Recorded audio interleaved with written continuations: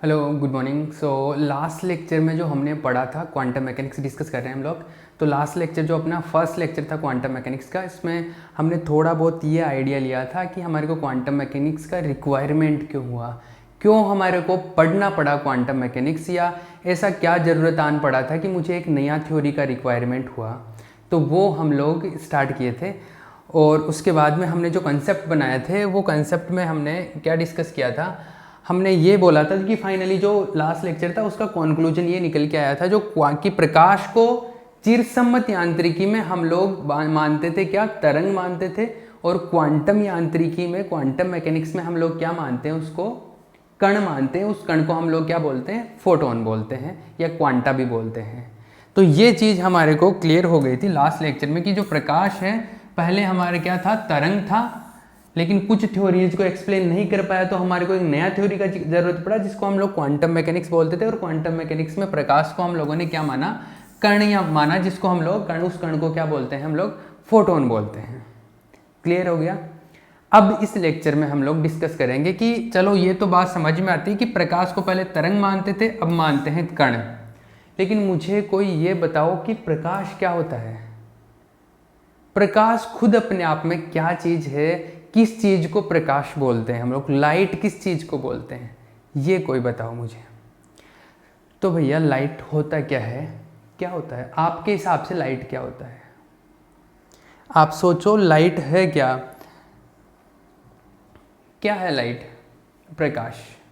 क्या ये जो कलर दिखते हैं हमारे को, जैसे बैंगनी, नीला, पीला, गुलाबी, लाल, या जो ये कलर है, क्या ये लाइट है? ये इसके अलावा भी कुछ लाइट है, इसके अलावा भी लाइट कुछ और हो सकता है, क्या है मतलब लाइट का? तो पहली चीज़ तो मैं बताता हूँ कि लाइट कैसे बनता है, फिर आपको खुद को समझ में आएगा कि लाइट एक्चुअल में क्या है। तो लाइट जो प्रकाश जिसको बोल रहे हैं हम लोग, वो कैसे बनता है या उत्पन्न कैसे होता है, मैं उसके बारे में बात कर रहा हूँ। ये बेसिक लेक्चर है इसलिए कुछ ज़्यादा ऐसे नोट्स टाइप में मैं लिखवा नहीं रहा। जैसे मेन टॉपिक स्टार्ट होगा अपना, ये बेसिक कंप्लीट होके मैं हर एक चीज़ को बोलकर लिखवाऊंगा, ठीक है। तो जो प्रकाश है वो उत्पन्न कैसे होता है उसके बारे में बात करते हैं। देखो क्या है,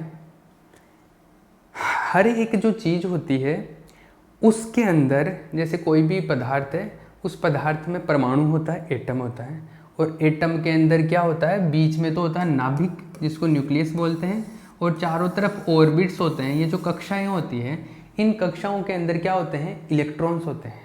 क्लियर है बात, ये बातें सबको, छोटी छोटी बातें सबको पता है। अब जैसे इसमें मैं बता रहा हूँ कि कोई भी एटम हो सकता है, किसी भी टाइप का ये। अब इस एटम में जैसे मान लो यहाँ पर ये एक इलेक्ट्रॉन है इस ऑर्बिट में, इस कक्षा में।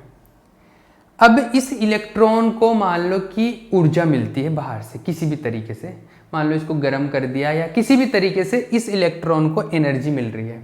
और इस इलेक्ट्रॉन को इतनी एनर्जी मिल रही है कि ये यहाँ से क्या उत्तेजित होकर उच्च ऊर्जा स्तर जो ऊपर वाला कक्षा है उसके अंदर जा सकता है।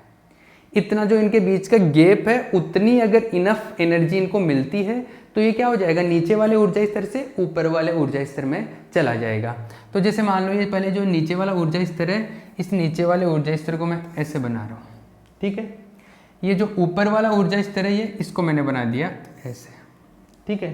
तो नीचे वाले ऊर्जा स्तर से अब जैसे इस इलेक्ट्रॉन को नीचे वाले ऊर्जा स्तर में इसको अगर एनर्जी मिलती है तो ये एक्साइट होकर क्या करेगा, ऊपर वाले एनर्जी लेवल में जाएगा। ऑब्वियस सी बात है, हम लोग पढ़ते हैं ऐसा कि अगर इसको पर्याप्त ऊर्जा मिलती है तो ये ऊपर वाले ऊर्जा स्तर में जाएगा। अब जैसे ही ऊपर वाले ऊर्जा स्तर में जाएगा, क्या होगा कि ये इलेक्ट्रॉन थोड़ी देर के लिए तो यहाँ रुकेगा। कितने टाइम के लिए रुकता है ये इलेक्ट्रॉन, रुकेगा कुछ टाइम के लिए। कितने टाइम के लिए, 10⁻⁷ से लेकर 10⁻⁸ सेकेंड, मतलब 10⁻⁷ या 10⁻⁸, बस इतने से टाइम के लिए रुकता है। 10⁻⁷ या 10⁻⁸ बहुत ही कम टाइम है। ये कितना टाइम है, मतलब 1 सेकेंड का भी मैं 10⁻⁷वां अगर हिस्सा करता हूँ, उतने से टाइम के लिए ये ऊपर वाले ऊर्जा स्तर में रुकेगा और फिर वापस से क्या हो जाएगा, नीचे वाले ऊर्जा स्तर में आ जाता है। ऐसा क्या इलेक्ट्रॉनों की प्रवृत्ति होती है ये, कि जो उसका मेन ऊर्जा स्तर है, जो खुद का ओरिजिनल एनर्जी लेवल है, उसी में रहने की कोशिश करते हैं। किसी दूसरे में चले भी जाते हैं तो थोड़े टाइम के लिए रुकते हैं, फिर वापस रिटर्न हो जाते हैं अपने खुद के ऊर्जा स्तर में। तो ये इतने से टाइम के लिए रुकता है, बहुत कम टाइम के लिए, और फिर ये क्या करेगा, वापस नीचे आ जाएगा। अब जब ये नीचे आता है, ऊपर वाले से नीचे वाले ऊर्जा स्तर में प्रवेश करता है, तो जो ऊर्जा लेकर गया था वो ऊर्जा वापस से क्या करेगा, निकाल देगा, उत्सर्जित कर देगा। और जब ये ऊर्जा उत्सर्जित करता है, ये जैसे ऊर्जा निकल गई है यहाँ से, क्योंकि ये जब नीचे आ रहा तो ये जितना गैप है उतनी ऊर्जा वापस से निकाल देगा।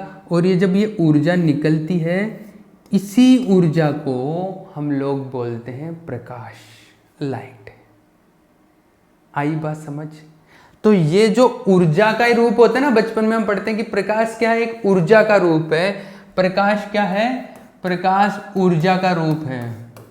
प्रकाश क्या है, ऊर्जा का एक रूप होता है। हम लोग ये पढ़ते हैं, प्रकाश ऊर्जा का एक रूप है, ये पढ़ते हैं ना बचपन में। ये ऊर्जा वो ऐसे निकलती है कि जब नीचे वाले ऊर्जा स्तर से ऊपर वाले में जाता है, लेकिन ऊपर वाले में ज़्यादा टाइम के लिए स्टेबल नहीं रह पाता और कुछ टाइम में वापस रिटर्न हो जाता है। तो वो जब रिटर्न होता है तो जो एनर्जी निकलती है, उस एनर्जी को हम लोग क्या बोलते हैं, प्रकाश बोलते हैं। तो यहाँ से जो ऊर्जा निकली है, इस ऊर्जा को हम बोलते हैं प्रकाश, लाइट।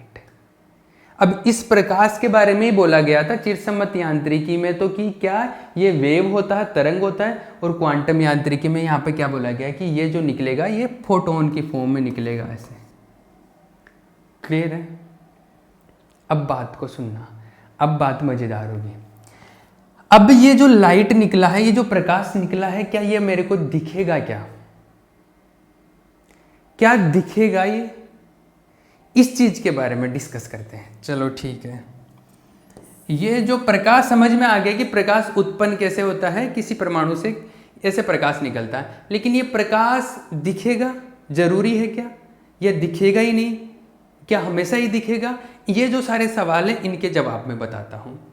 ये जो यहाँ से प्रकाश निकलता है, ये अलग अलग टाइप का हो सकता है। मतलब कि किस किस टाइप का हो सकता है? ये जो प्रकाश निकलता है, ये प्रकाश किस किस टाइप का है? देखो, ये हो सकता है गामा। आप जो पढ़ते हो ना गामा किरणें, तो वो वाला गामा। तो ये गामा टाइप का हो सकता है, गामा किरणें। ये जो प्रकाश निकला है वो फोटोन के फॉर्म में अगर मैं बात करूं, या तरंग के रूप में किसी में भी बात करूं, तो ये हो सकता है गामा किरणें टाइप का हो सकता है, या एक्स किरणें जो होती है उस टाइप का भी हो सकता है, या इससे कम बात करूं तो पराबैंगनी टाइप का भी हो सकता है। कैसा हो सकता है? पराबैंगनी टाइप का भी हो सकता है। ये पराबैंगनी, जिसको अल्ट्रावायलेट बोलते हैं, यूवी। ठीक है, अल्ट्रावायलेट। इससे कम जिसकी ऊर्जा होती है उसको हम बोलते हैं क्या? दृश्य प्रकाश बोलते हैं। उसको हम लोग क्या बोलते हैं? दृश्य प्रकाश, विजिबल लाइट बोलते हैं ना, वो वाला विजिबल लाइट। इससे भी कम जो होता है उसको बोलते हैं अवरक्त, इंफ्रारेड, अवरक्त प्रकाश, इंफ्रारेड। इससे कम होता है, वो आता है रेडियो, या जो टीवी सिग्नल होते हैं ना, वो वाला प्रकाश। मैं इसको रेडियो का बोल देता हूं, ये रेडियो का। ठीक है, रेडियो या टीवी वाला प्रकाश।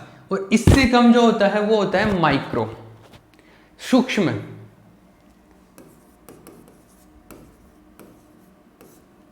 आई बात समझ?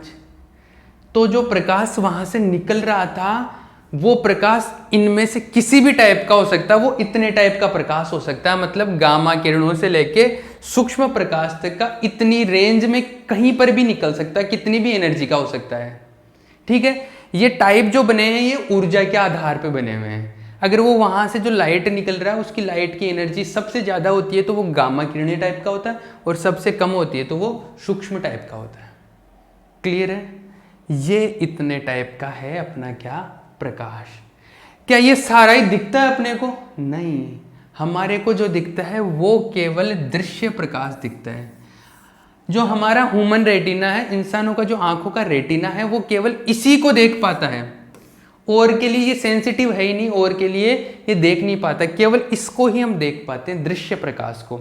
और दृश्य प्रकाश में क्या आता है, ये विजिबल लाइट दृश्य प्रकाश में क्या होता है, जो हमारे रंग होते हैं ना, जिसको हम लोग पढ़ते हैं, वो स्पेक्ट्रम में आते हैं। बेनी आ है पीना ला, बे नी आ है पी ना ला, ये जो सारे रंग होते हैं ना, बैंगनी, नील कलर, नीला कलर, आसमानी, हरा, पीला, नारंगी और लाल, ये जो सारे कलर होते हैं ये होते हैं किसमें, दृश्य प्रकाश में। हमारे को केवल ये कलर दिखते हैं, ये वाले और ये वाले आंखें पढ़ नहीं पाती, आंखों को दिखते नहीं है, केवल ये कलर होते हैं। पर इसका मतलब ये नहीं कि प्रकाश ये है, प्रकाश तो ये सारा ही है। लेकिन हम लोगों के दिमाग में सेट क्या हो जाता है कि प्रकाश का मतलब ये, बस ये दृश्य प्रकाश। क्योंकि हम लोग जो ऑप्टिक्स में पढ़ते हैं फर्स्ट ईयर में, जनरली जो प्रकाशिकी में जो हमारा जो टॉपिक होते हैं, जैसे अपवर्तन, परावर्तन, व्यतिकरण, विवर्तन, ये वाले टॉपिक जो होते हैं वो दृश्य प्रकाश के लिए पढ़ते हैं। क्योंकि हमारे को जो लाइट दिख रहा, कलर्स की बात करते हैं वहाँ पर, तो वो जनरली हम लोग, जनरली ऐसा नहीं कि हमेशा ही, जनरली हम लोग दृश्य प्रकाश के लिए पढ़ते हैं। तो हमारा परसेप्शन हमारे माइंड में ऐसे सेट हो जाता है कि प्रकाश का मतलब क्या होता है, जो दिखता है वो। बट ऐसा नहीं है, प्रकाश का मतलब है ये जो सब कुछ है, गामा किरणों से लेके सूक्ष्म किरणों तक, ये सारा सब कुछ क्या होता है, हमारा प्रकाश होता है, ये सब कुछ है। और ये उत्पन्न कैसे होता है, उत्पन्न कैसे होता है ये तो हमने अभी पढ़ा था कि जब लाइट, जो इलेक्ट्रॉन ऊपर वाले से नीचे वाले से ऊपर वाले एनर्जी लेवल में जाता है, ऊपर वाले से वापस से नीचे वाले में रिटर्न होता है, तो एनर्जी उत्सर्जित करता है। और वो जो ऊर्जा उत्सर्जित करता है, जो एनर्जी उत्सर्जित करता है, उसी को हम प्रकाश बोलते हैं। और वो इतने टाइप का हो सकता है ऊर्जा के आधार पर। आई बात समझ में? अब हम लोग इसको थोड़ा थोड़ा आगे बात करते हैं। ये प्रकाश समझ में आ गया कि प्रकाश कैसे होता है। ये छोटी छोटी चीज़ें मैं क्यों बता रहा हूँ, ये इसलिए बता रहा हूँ कि जब चैप्टर पढ़ेंगे तो आपको ऐसा नहीं लगे कि हम लोग रट रहे हैं। हर एक चीज़ जो छोटी छोटी है वो क्लियर होनी चाहिए। मे भी आपको पता हो पहले से कि प्रकाश क्या है, पर जहाँ तक मुझे आइडिया है 90% लोगों को आइडिया नहीं होता कि प्रकाश क्या होता है। इसलिए मैं ये एक दो लेक्चर में थोड़ा बेसिक कराऊंगा, और उसके बाद में हम प्रॉपर वे में, जैसे आपका यूनिवर्सिटी का सिलेबस है, कैसे क्वेश्चन आते हैं, उस तरीके से हम लोग लिखवाऊंगा मैं बोलकर, और उस वे में पूरा प्रॉपर चलेगा। ठीक है, ये लाइट का हो गया भैया। अब क्या डिस्कस करें हम लोग? अब हम लोग डिस्कस करते हैं क्या, ये चीज़ क्लियर हो गई थी लास्ट लेक्चर में कि जो प्रकाश है वो या तो होता है तरंग, जो पहले मानते थे, और क्वांटम यांत्रिकी में हम लोग पढ़ेंगे इसको क्या, फोटोन, जिसको कण बोलते हैं हम लोग। ठीक है, अब मैं थोड़ी बहुत बातें इनकी बता देता हूँ कि जो फोटोन होता है उसके गुणधर्म क्या होते हैं, क्या प्रॉपर्टीज़ होते हैं। वेव होता है, उसकी खुद की क्या प्रॉपर्टीज़ होती है, वो थोड़ी थोड़ी बातें बता देता हूँ। ऐसा नहीं, वेव तो पूरा वेव ऑप्टिक्स में आता है फर्स्ट ईयर में, लेकिन उसकी कुछ चीज़ें आपको आनी चाहिए यहाँ पर। वो क्या चीज़ें हैं, अब किसी का बेसिक वीक है तो मैं वो इसलिए बता रहा हूँ कि किसी को पहले वेव के बारे में थोड़ा बहुत आइडिया नहीं हो, तो वो मैं बता देता हूँ। ठीक है, तो पहले मैं वेव के बारे में बात करूंगा, फिर फोटोन के बारे में तो पूरी बुक में डिस्कस करते रहेंगे हम लोग। ठीक है, तो पहले तरंग के बारे में बात करते हैं, वेव के बारे में बात करते हैं। तो देखो, तरंग जो है, वेव जिसको बोलते हैं,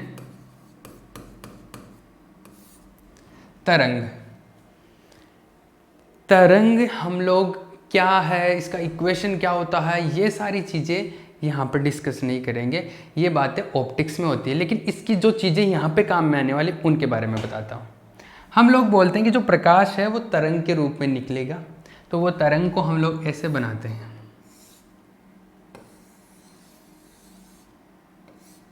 ऐसे होता है। ठीक है, अब ये जो तरंग है, इससे रिलेटेड कुछ बातें बताता हूँ मैं आपको। क्या, जैसे ये तरंग है भैया, ये जो तरंग है इसका ये यहाँ से स्टार्ट होती है, ये आधा चक्कर हो जाता है यहाँ पे, यहाँ आते आते इसका क्या हो जाता है, एक पूरा चक्कर कंप्लीट हो जाता है, यही होता है। ठीक है, ये आधा चक्कर हो जाता है, यहाँ पे पूरा चक्कर, ये 1.5 चक्कर हो गया, ये 2 चक्कर, ऐसे ऐसे चलता रहता है, चलता रहता है। ठीक ठीक है, चक्कर का मतलब मैं साइकिल वाले चक्कर की बात कर रहा हूँ, है ना। तो ये जो चक्कर है, मतलब जो साइकिल है, इसका एक साइकिल यहाँ तक कवर हो जाता है, यहाँ तक कंप्लीट हो जाता है एक चक्कर। ये एक चक्कर में जितनी दूरी, ये सीधी दूरी कंप्लीट करता है, पूरी करता है, इस सीधी दूरी को हम लोग बोलते हैं क्या, वेवलेंथ, तरंग दैर्ध्य। इसको क्या बोलते हैं, तरंग दैर्ध्य। और इसको लिखते हैं हम लोग लेमडा से। ये इतनी दूरी जो है इसको लोग हम लोग क्या लिखते हैं, लेमडा से लिखते हैं। और इसको क्या बोलते हैं हम लोग, तरंग दैर्ध्य बोलते हैं, वेवलेंथ। ठीक है, और एक चक्कर कंप्लीट करने में जितना टाइम लगता है उसको हम बोलते हैं टाइम पीरियड, आवर्तकाल। ये जैसे यहाँ से लेके यहाँ तक पहुँचने में जितना टाइम लगा ना, उस टाइम को हम लोग बोलते हैं टाइम पीरियड, आवर्तकाल बोलते हैं। इसको कैपिटल टी से लिखते हैं। ठीक है, तो मेरे पास में 2 चीज़ें क्लियर होगी। क्या क्या चीज़ें क्लियर हुई मेरे पास, एक तो ये क्या कि मुझे ये पता चल गया कि एक तो जो तरंग दैर्ध्य है लेमडा, जिसको बोलते हैं तरंग दैर्ध्य, इसको हम लोग लेमडा से लिखेंगे। और तरंग दैर्ध्य का मतलब क्या है, एक चक्कर में जो सीधी दूरी कवर करता है एक तरंग, वो उसका लेमडा होता है, तरंग दैर्ध्य होता है। ये जो लेमडा होता है, तरंग दैर्ध्य होता है, इसका जो यूनिट होता है, इकाई जो होता है, वो मात्रा, इकाई क्या होता है इसका, इकाई होता है इसका, क्योंकि दूरी मेजर कर रहे हैं तो दूरी का इकाई होगा। दूरी मतलब metre, centimetre, nanometre, picometre, angstrom, इनमें कुछ भी मेजर कर सकते हैं हम लोग। तो हमारा इसका क्या होगा, लेंथ का यूनिट होगा, जो कि मीटर, सेंटीमीटर कुछ भी हो सकता है। तो मीटर, सेंटीमीटर, ये कुछ भी हो सकता है। लेकिन जनरली जो वेव होती है उनका जो तरंग दैर्ध्य होता है वो होता है 10⁻⁹, 10⁻10, 10⁻12, इस रेंज का होता है। मतलब पिकोमीटर, एंगस्ट्रॉम, नैनोमीटर, इनकी रेंज का होता है। तो मैं वो छोटी छोटी चीज़ें बता देता हूँ कि पिकोमीटर का क्या मतलब होता है, नैनोमीटर का क्या मतलब होता है। जैसे 1 नैनोमीटर का मतलब होता है क्या, 10⁻9 मीटर। या आपको आ गया कि 1 एंगस्ट्रॉम, 1 एंगस्ट्रॉम का मतलब होता है 10⁻10 मीटर। ठीक है, और अगर पिकोमीटर आ गया आपके पास में, पिकोमीटर, 1 पिकोमीटर, तो उसको बोलते हैं हम लोग 10⁻12 मीटर होता है वो। और एक अगर आपके पास में माइक्रोमीटर आ गया तो माइक्रोमीटर होता है 10⁻6 मीटर। तो ये छोटी छोटी चीज़ें हैं जो आपको पता होनी चाहिए। दूसरा तरंग दैर्ध्य हो गया, एक आवर्तकाल, टाइम पीरियड की बात कर रहे थे हम लोग। किसकी बात कर रहे थे, टाइम पीरियड की, आवर्तकाल की बात कर रहे थे हम, जिसको हम लोग टाइम पीरियड बोलते हैं। इसको कैपिटल टी से लिखते हैं हम लोग। और टाइम पीरियड का जो यूनिट होगा, इसका जो मात्रक होगा वो क्या होगा, क्योंकि टाइम पीरियड है, आवर्तकाल है, तो क्या है, समय का यूनिट होगा। तो समय का यूनिट मतलब सेकंड, मिनट, तो जनरली हम सेकंड में लेते हैं। तो इसका जो यूनिट होगा वो क्या आएगा, सेकंड में ले लेते हैं। ठीक है, आवर्तकाल हो गया, एक ये हो गया तरंग दैर्ध्य। अब एक और चीज़ होती है आवृत्ति, जिसको बोलते हैं फ्रीक्वेंसी। आवृत्ति का क्या मतलब होता है, आवृत्ति का मतलब होता है कि 1 सेकंड में कितने चक्कर करता है, या प्रति सेकंड या प्रति मिनट, मतलब पर यूनिट टाइम में एकांक समय में कितने चक्कर कंप्लीट करता है, उसको क्या बोलते हैं हम लोग, आवृत्ति बोलते हैं। जैसे मैं बोलूँ कि 1 सेकंड में जो ये वेव है वो यहाँ से लेके यहाँ आते आते आते आते आते यहाँ तक पहुँच जाती है 1 सेकंड में, यहाँ तक। इसका मतलब है कि 1 सेकंड में ये 1.5 चक्कर हो गया, इसका 1.5 हो गया। इसका मतलब है 1.5 चक्कर मतलब 1.5, तो इसका फ्रीक्वेंसी कितना हो गया, 1.5, 1.5 है इसका फ्रीक्वेंसी। अगर ये 1 सेकंड में यहाँ से लेकर 2 चक्कर कर लेती है तो इसका फ्रीक्वेंसी कितना हो जाता है, 2 हो जाएगा। तो देन फ्रीक्वेंसी विल बी 2। तो आपको ये पता करना कि कितने चक्कर पर सेकंड कर रहा है, उसको हम लोग क्या बोलते हैं, फ्रीक्वेंसी बोलते हैं, उसको आवृत्ति बोलते हैं। तो ये हो गया आपका फ्रीक्वेंसी, आवृत्ति हो गया। ठीक है, आवृत्ति को जनरली एफ से लिखते हैं, लेकिन क्वांटम मैकेनिक्स में हम लोग जो इसके लिए काम में लेंगे वो लेंगे न्यू, ऐसे। ठीक है, ये काम में लेंगे। आई बात समझ, एक दूसरी चीज, हाँ, और आवृत्ति का जो यूनिट होगा, आवृत्ति क्या कितने चक्कर पर सेकंड है, तो इसका यूनिट ऐसे भी लिखते हैं चक्कर प्रति सेकंड, साइकिल पर सेकंड। इसको ऐसे भी लिखा जाता है चक्कर प्रति सेकंड। या वैसे सही तरीके से बात किया जाए तो इसका, क्योंकि चक्कर क्या है, चक्कर तो एक नंबर है, एक संख्या है, तो इसका तो कोई यूनिट होता नहीं है, तो एक तरीके से आवृत्ति का यूनिट क्या हो गया, 1/सेकंड हो गया, मतलब सेकंड इनवर्स।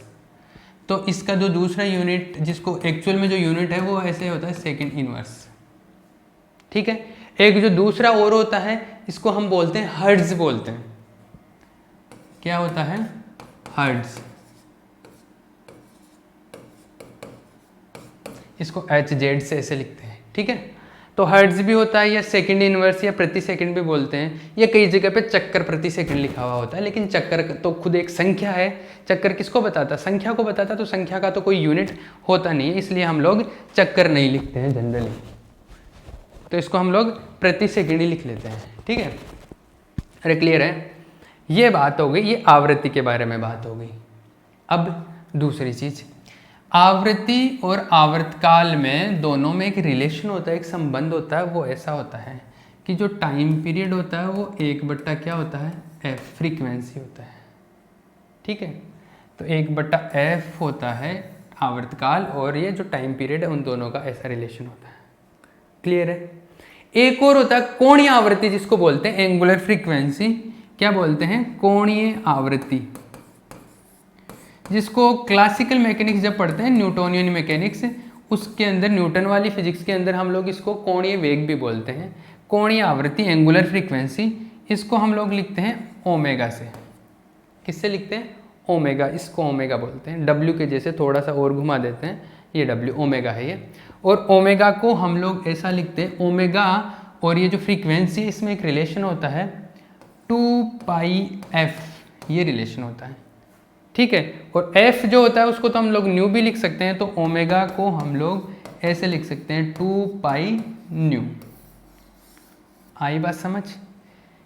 ये जो कोणीय आवृत्ति है, इसका जो यूनिट होता है, इसका जो इकाई है वो क्या होता है, इसका इकाई होता है रेडियन पर सेकंड। क्या होता है, रेडियन पर सेकंड।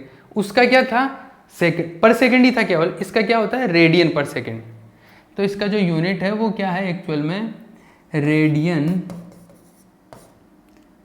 पर सेकंड, रेडियन प्रति सेकंड ऐसा होता है। इसको ऐसे भी लिखते हैं, रेडियन पर सेकंड। क्लियर है। ये सारी चीज़ें हो गई। हमने क्या क्या पढ़ा, हमने पढ़ा कि एक जो वेव होती है उसमें एक तरंगदैर्ध्य होता है, जो सीधी दूरी होती है वो, और इसको जितना टाइम लगता है कवर करने में उसको बोलते हैं टाइम पीरियड। और ये कुछ छोटे छोटे चीज़ें पढ़ी थी कि एंगस्ट्रॉम का क्या मतलब होता है, नैनोमीटर का क्या मतलब होता है, पिकोमीटर का, माइक्रोमीटर, इनका पढ़ लिया।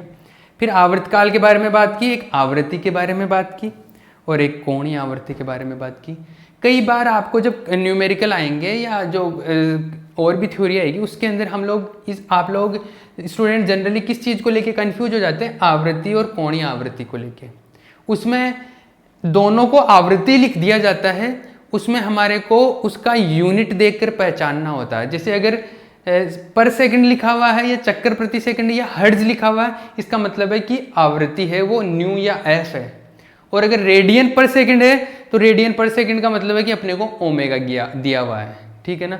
तो आपको ये यहाँ से ध्यान रखना पड़ेगा कि आपको यूनिट पता होगी तो आप डायरेक्ट पता कर पाएंगे कि ये दोनों में से क्या है। ठीक है। जनरली न्यूमेरिकल में ये प्रॉब्लम आती है। ये बात क्लियर होगी। अब दूसरी चीज़, अभी अपने पास टाइम है 5 मिनट, हम लोग और बात करते हैं।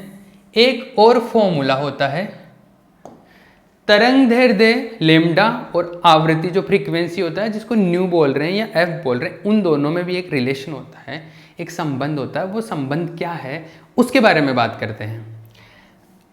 एक चीज़ बताता हूँ, क्या, जैसे हमने यहाँ पर पढ़ा कि एक वेव जा रहा है। ठीक है। अब अगर वेव जा रहा है तो वेव का कोई एक वेग होगा, वेलोसिटी तो होगा ही होगा ना। और वेलोसिटी के लिए हम लोग एक फॉर्मूला पढ़ते हैं, वेलोसिटी, दूरी और टाइम में। क्या फॉर्मूला पढ़ते हैं हम लोग, एक फॉर्मूला पढ़ते हैं कि दूरी बराबर, दूरी या विस्थापन में बोल लूँ, दूरी बराबर क्या होता है, वेग इंटू समय। अरे बचपन में पढ़ते हैं ना, 5वीं क्लास में पढ़ा होगा ये, 5th स्टैंडर्ड का बात है।